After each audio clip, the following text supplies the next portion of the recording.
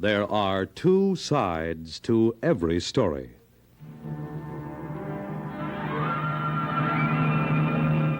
The National Broadcasting Company presents the vivid drama of life itself. Broadcasting's original program of Mediation, the Court of Human Relations. And now the man who has familiarized millions of people with the idea of mediation helped to make it a creative force in American life. A.L. Alexander. You know, I've always been rather fond of words. In fact, I suppose there are some people who would say that I'm entirely too fond of them. But sometimes in spare moments, I like to speculate as to the most beautiful words in the English language. I don't mean combinations of words, but words themselves. Words like love and truth and beauty, goodness, hope. And I think of two little words, how very beautiful, just like music, they must sound in a courtroom to some people when a jury speaks them. Not guilty. Words that bring release from despair. Well, words can be very beautiful, but they can also create a lot of trouble. And we have an issue here involving that very subject. Now, this is case number 4788.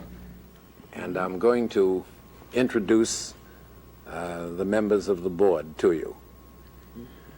This is one of our most distinguished sociologists, judge, and in the center is a noted clergyman, Dr. Lloyd E. Foster, and to your left is one of the most famous lawyers in America, and I hope you'll never go so far as to need a lawyer, but if you do, we can recommend him as one of the most capable and also one of the most expensive lawyers in the country, the Honorable Frederick R. Coudert. Now, I wonder if we can't submit this issue to this board and arrive at some kind of reasonable settlement. Here is the complainant. Well, I'd like to know if I have to put up with something that's making a nervous wreck out of me. I don't know which way to turn. I'm at the end of my rope. My husband has a habit of... he just insults everybody who comes to the home. That is, if they don't happen to agree with him. For instance, the other night, I had a group of friends visiting, and he started in the usual way, with the usual wind-up. And this is very embarrassing. Well, why does this trouble exist? Why does he insult people? Well, because they don't happen to agree with him. Well, tell us what happened this other evening. Well, I had a group of friends there, and well, now, you're a little upset. Suppose you tell us about your own condition. Why is this so disturbing to you? Well, I have a bronchial and respiratory condition, and that's triggered by nervous tension. And my doctors have told me that I have to leave New York City and go to live in a high, dry climate. I've told my husband I just can't take this anymore. He doesn't understand. I have to have this settled somehow. Well, what seems to be the reason for this unpleasantness?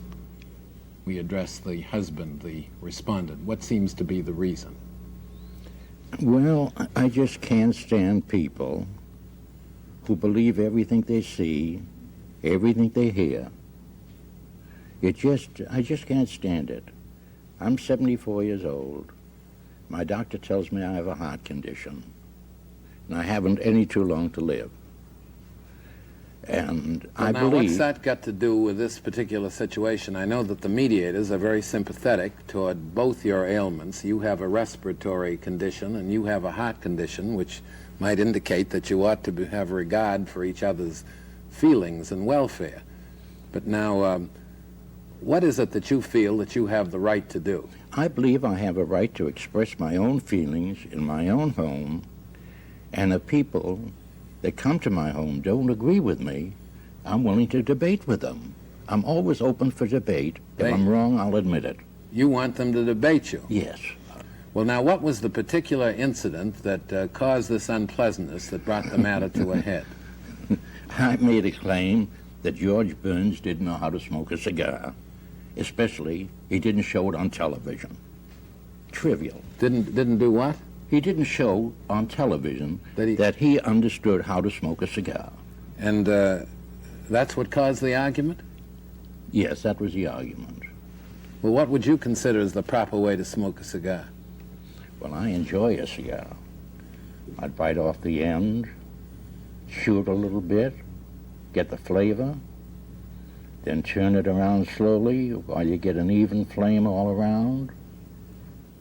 Then sit back with a smile and watch the smoke curl up to the ceiling. I get enjoyment out of a cigar. It's one of my main enjoyments. And this fellow that you had the argument with?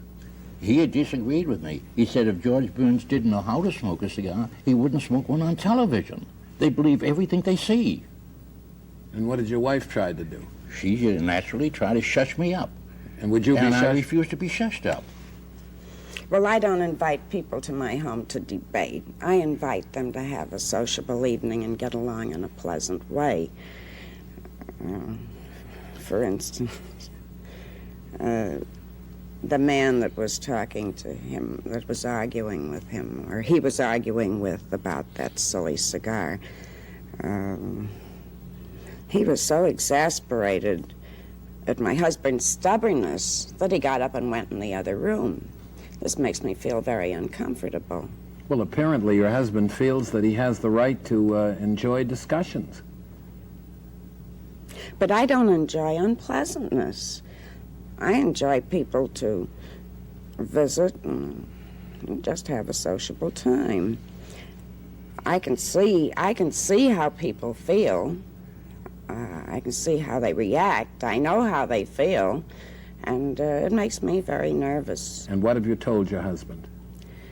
Well, I told my husband that if he doesn't break this nasty habit of being so argumentative and haranguing, that in view of my health and the climate of the city here, I think we'd be both a lot better off if I were at a distance. Well, we understand, sir, that you're 74 years old and that you feel that you have a right to express your views, whether they're about cigars or anything else. But I think the board might be interested in finding out what else you argue about besides cigars. Taxation. I think a tax problem and the setup, to me, is punk, to use that word. I think it's terrible. What else do you argue about? Well, political corruption. I think if we could overcome some of the political corruption, we could overcome some of our high taxes. And I'm willing to debate the subject, but they all tell me I'm wrong. Well, do you know anything about these things? I don't know anything about these, and I care less. All I know is that it's making me a nervous wreck. I'm losing my friends. Who wants to come to our house anyhow? You might as well put on a record. Everybody knows what he's going to say. I told my husband, I told him if he didn't stop this, we'd have to do something drastic. I just can't take it anymore. What did your doctor tell you? Well, he told me to give up listening to anything controversial. Don't read anything controversial. But how are you to know it's controversial until after you've read it? This is the only pleasure I get in life. Well, you know it's controversial if you get into an argument with another man. Yes, but I don't know when I'm reading anything whether it's going to be controversial. And it's the only thing I like to read. Well, would you be very unhappy if you had to give up controversial matters? Very.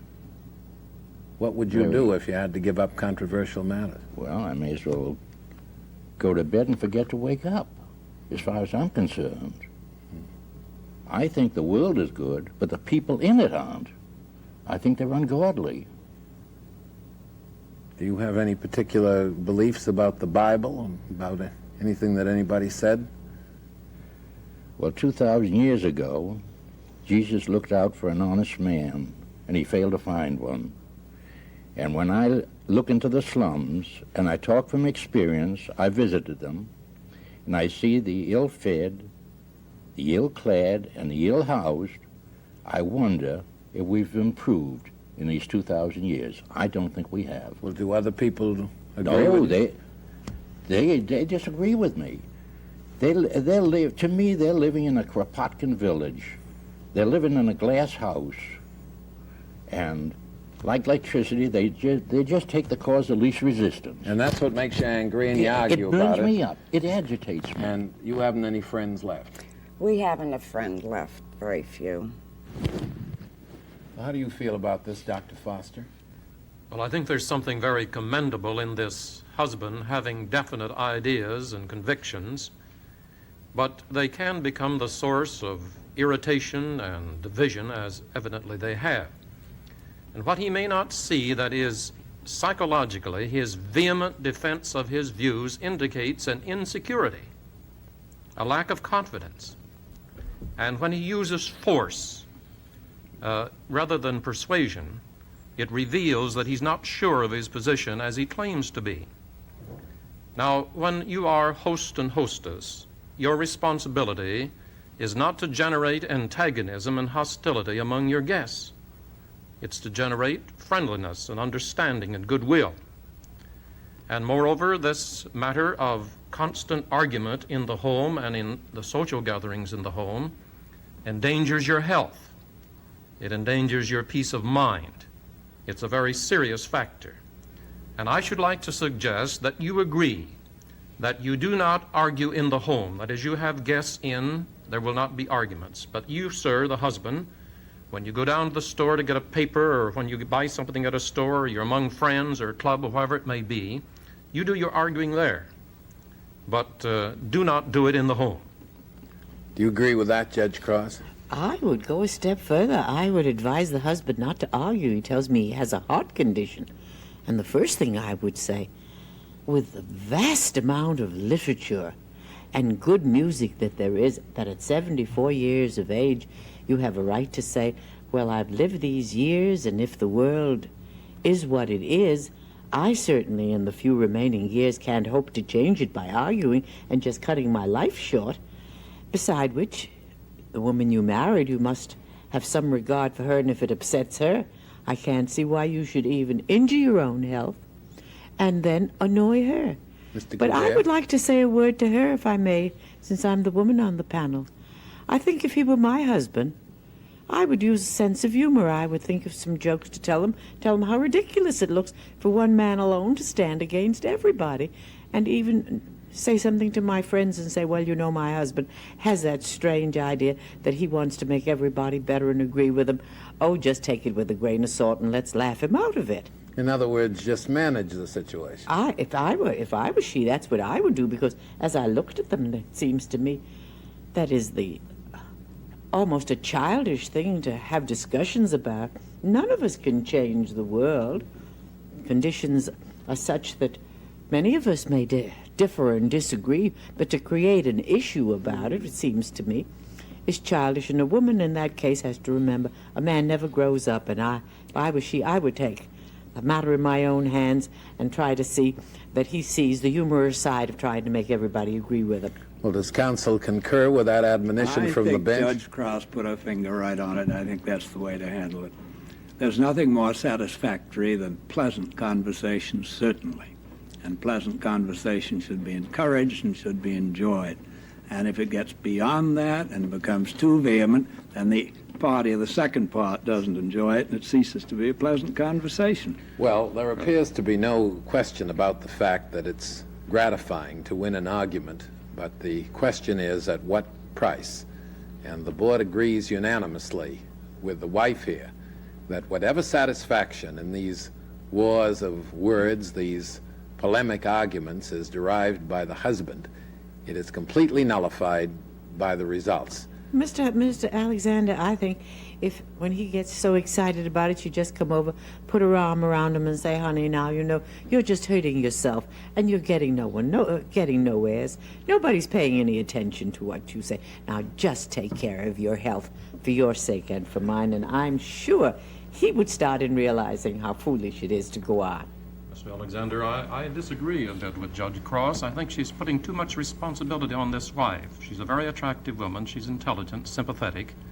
But we're asking her to do the whole thing, and I think the husband has a responsibility. I think he must agree that he's causing embarrassment to his wife, he's endangering his health, he's antagonizing his guests, and that he has a responsibility. He can do something to make this situation better. And together, the wife using her astuteness and he using his good common sense, they can arrive at a better relationship. Well, we suppose it is difficult, Dr. Foster, for a man with convictions to accept the fact that the company, which is not of his own choosing, is always right. But it would seem that this board states that that's the way it will have to be, that he'll have to adjust his attitude, and if the husband wants to keep the home fires burning, he'll have to take that into consideration. Looks to me as if they care very much for one another, and it ought not to be too difficult to adjust this situation. Would I say a word? Just as soon as we conclude this.